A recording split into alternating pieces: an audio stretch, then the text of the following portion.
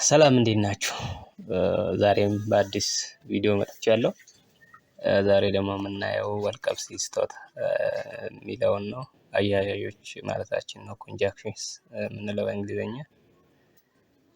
ስለዚህ የተወሰኑትን ካሉት ይጠቅማሉ ብዬ ያሰብኩትን ይዤ መጥቻለሁ። አንደኛ ወይም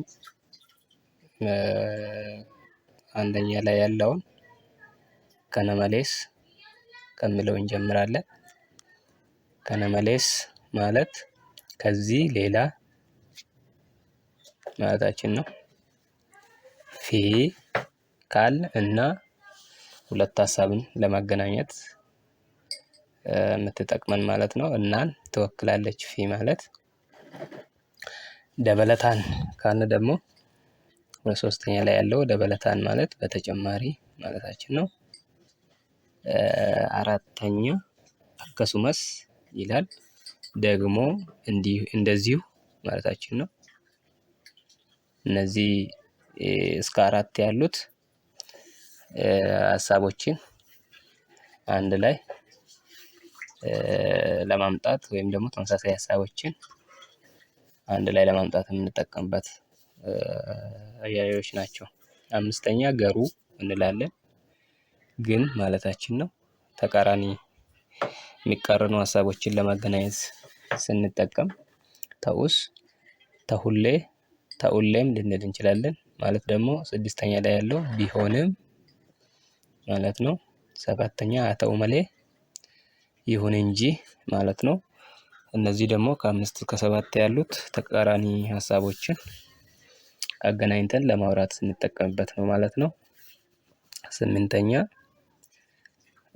ሞ ዮክን፣ ሞ ወይም ዮክን ስንል ወይም ማለታችን ነው። ምርጫ ሀሳብን ምርጫ የምናስቀምጥበት ነው። ዘጠነኛ ከነስታኤ ሰና ስንል ይህም ሆነ ያ ማለታችን ነው። አስረኛ ከናፉ ስንል ስለዚህ ማለታችን ነው። አስራ አንደኛ ዋን ከነተኤፍ ስንል ስለሆነ ማለታችን ነው። አስራ ሁለተኛ ከነራ ከንከኤ ስንል ከዚህም የተነሳ ማለታችን ነው። 13 አካከናን ስንል በእንደዚህ ማለታችን ነው። 14ኛ ሃሉ መከናን ስንል በዚሁ ማለታችን ነው። 15ኛ ሰበበ ስንል ምክንያት ማለታችን ነው። 16ኛ ቦድ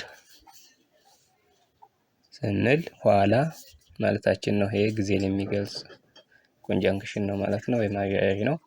ስለዚህ ያሉት ለዛሬ የመጣሁት እነኚህ ናቸው።